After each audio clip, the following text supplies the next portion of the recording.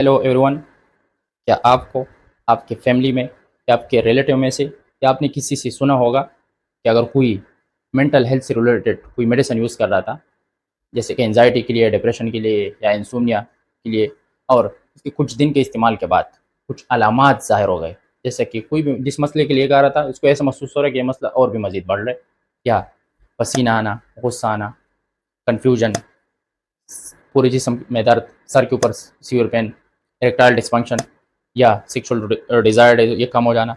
इस तरह के अलामात अक्सर मेंटल हेल्थ से रिलेटेड जो ड्रग्स होते हैं इसके साथ शो होते हैं। इसी सिलसिले में आज एसिटोलोप्राम की जो तफसीली मालूमात है, फुल इन्फॉर्मेशन आप लोगों के साथ शेयर करने वाले कि होती क्या है, किसको इस्तेमाल करनी चाहिए, किसको नहीं करनी चाहिए, सही तरीके इस्तेमाल क्या है, क्या प्रेगनेंसी में सेफ है, या अगर किसी ने मिस यूज़ किया या अब्यूज़ किया तो कितना डेंजरस, कितना मुज़र साबित हो सकता है। तो इस वीडियो में तफसीली मालूमात शेयर करने वाला हूँ। तो सबसे पहले एसिटोलोप्राम के जो बेसिक है इसके ऊपर बात कर लेते हैं। एसिटोलोप्राम एक प्रिस्क्राइब कैटेगरी से बिलोंग करती है, सीएनएस डिप्रेसेंट है, एंटी डिप्रेसेंट कैटेगरी से, और SSRI selective serotonin reuptake inhibitor की क्लास से बिलोंग करती है। 14 टेबलेट पैकिंग में आती है, मुख्तलिफ स्ट्रेंथ में अवेलेबल होते हैं, 5, 10, 20 mg तक। और डिफरेंट जो मेंटल हेल्थ से रिलेटेड जो इशूज़ होते हैं इसके लिए यूज़ होते हैं। आगे डिस्कस कर लेते हैं कि कौन कौन सी इशूज़ है। इसके अगर ब्रांड की हम बात करें तो मुख्तलिफ ब्रांड अवेलेबल होते हैं मार्केट में, वो आप लोग के ऊपर है, लेकिन इसके जो कॉमन ब्रांड है जिस तरह के सेटेनियो, लेक्सेप्रो और सेराटिव, उससे कुछ बेसिक था एसिटोलोप्राम का। अब आते हैं कि यूजेस, ये एसिटोलोप्राम टेबलेट के यूजेस क्या है। एफडीए के according, food and drug administration, ये एक ऑर्गेनाइजेशन है, एफडीए के अकॉर्डिंग ये जनरलाइज एंजाइटी के लिए, मेजर डिप्रेसिव डिसऑर्डर के लिए।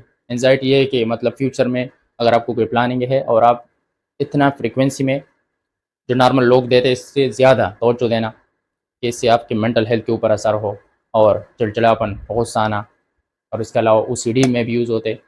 ओसीडी ऑब्सेसिव कंपल्सिव डिसऑर्डर, इसमें यह है कि एक एक चीज़ बार बार चेक करना, आपको कन्फ्यूज कि आपने दरवाज़ा बंद किया कि नहीं, मैंने गाड़ी लॉक की कि नहीं, एक चीज़ के बारे में कन्फ्यूज़ होना और बार बार बोलना, पैनिक डिसऑर्डर के लिए। इसके अलावा इंसोम्निया, सोशल एंजाइटी डिसऑर्डर, मतलब लोगों से एंजाइटी।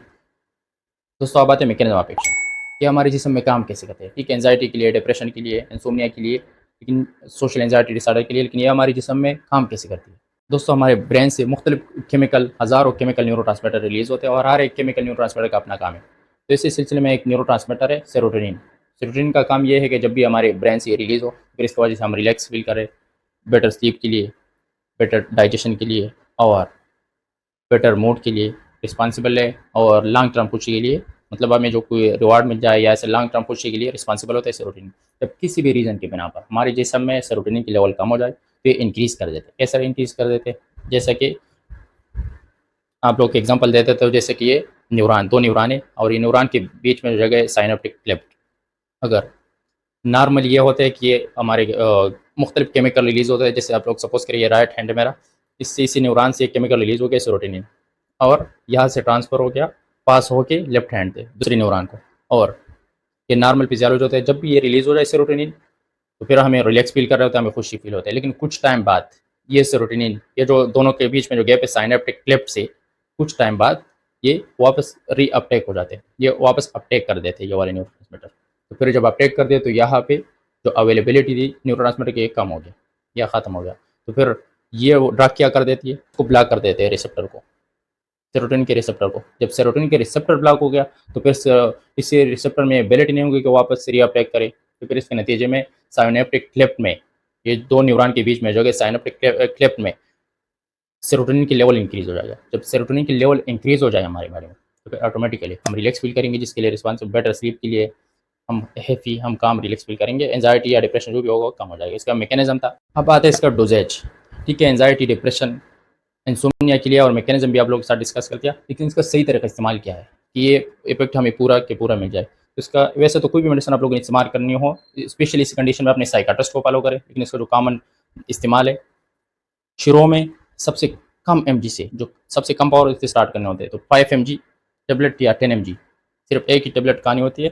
20 mg तक आप टेक कर सकते हैं दिन में, सिर्फ एक ही टेबलेट, मतलब रात का जो स्टार्टिंग इफेक्ट है वो तकरीबन 2 वीक तक अपना असर शो कर देती है, और उसका जो फुल इफेक्ट है वो 6 से 8 वीक तक, मतलब ये 2 महीनों तक तकरीबन उसका जो फुल इफेक्ट है वो शो हो जाती है। जो कॉमन थेरेपी एडल्ट के लिए वो 6 मंथ से लेकर 9 मंथ तक जा सकती है।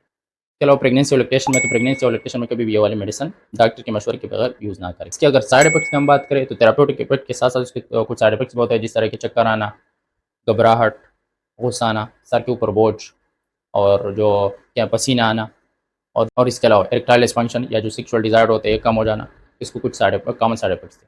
अब आते हैं दोस्तों इसके इंटरेक्शन। इसके अगर इंटरेक्शन की हम बात करें तो ये कुछ इंटरेक्शन है इसके सिट्रीजिन, लियोसिट्रीजिन के साथ, अल्कोहल के साथ या बाकी जो सेडेटिव होते हैं इसके साथ, और इसके अलावा जो सिट्रस फ्रूट वगैरह उसके साथ, या जो कुछ फैट्स, जो कुछ खुराक हम खाते हैं इसमें फैट्स वगैरह होते हैं, या जैसे कॉफ़ी हो गया, तो इसके कुछ या मैक्रोलाइड्स के साथ, जिस तरह के एज़िथ्रोमाइसिन, एरिथ्रोमाइसिन वगैरह मैक्रोलाइड्स के साथ, या आस्थमा, लंग्स की कोई इन्फेक्शन हो, चेस्ट की कोई इन्फेक्शन हो, स्पेशली आस्थमा के साथ इसके इंटरेक्शन है।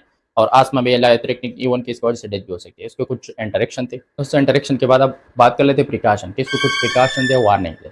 सबसे पहले प्रिकॉशन ये है कि विदाउट प्रिस्क्रिप्शन ये वाली टेबलेट इस्तेमाल नहीं करनी है, क्योंकि ये टॉलरेंसी और एडिक्शन काज कर सकती है और इसके विथड्रॉल इफेक्ट भी बहुत आई है। जब भी आप लोगों ने छोड़नी हो तो इसको छोड़ने के बाद जो इफेक्ट मिले इसको विथड्रॉल इफेक्ट कहते हैं, जैसे कन्फ्यूजन, गुस्सा आना, पसीना आना, इरेक्टाइल डिस्फंक्शन वगैरह ये चीज़ हो जाना। तो ये जब भी आप लोगों ने छोड़ने है तो ये आहिस्ता आहिस्ता इसका डोज कम क्या करें, टेपरिंग ऑफ करें, मतलब ये आहिस्ता आहिस्ता इसका डोज क्या कम क्या करें, और इसके इस्तेमाल के बाद कोई ऐसे काम ना करे कि उसमें कंसंट्रेशन की ज़रूरत हो, क्योंकि इसमें कंसंट्रेशन या फोकस कम हो जाती है। इस तरह की ड्राइविंग करना, या जो लोग हाइट्स पे काम कर रहे हैं या जो लोग फैक्ट्री में काम कर रहे थे, इस तरह की एक्टिविटी ना करें, अल्लाह ना करे, इससे कोई नुकसान हो सकता है। दोस्तों ये थी आज की वीडियो एसिटोलोप्राम के बारे में। और कोई भी ड्रग्स, आप लोगों के लिए सजेशन है कि कोई भी ड्रग्स अपनी तरफ से यूज़ ना करें। ये जो वीडियोज़ होते हैं सिर्फ एजुकेशन पर्पज़ के लिए, और इसी कंडीशन में स्पेशली अपने जो डॉक्टर्स होते हैं साइकाट्रिस्ट को फॉलो करें। और रियलिटी ये है कि ड्रग से कोई मसला हल नहीं होता। ड्रग से है कि सिर्फ रियलिटी से अपने आप को साइड पे करना है। जब रियलिटी से आप साइड पे हो गए तो इससे और मज़ीद मसले बढ़ेंगे आपके लिए, आपकी फैमिली के लिए, सोसाइटी के लिए। और अगर इसी वीडियो में आप लोगों को इन्फॉर्मेशन मिल गई हो तो मेरा जितने भी सोशल मीडिया अकाउंट्स है इसको सपोर्ट करें। इंशाल्लाह फिर एक अनदर वीडियो मिलेंगे। Good bye.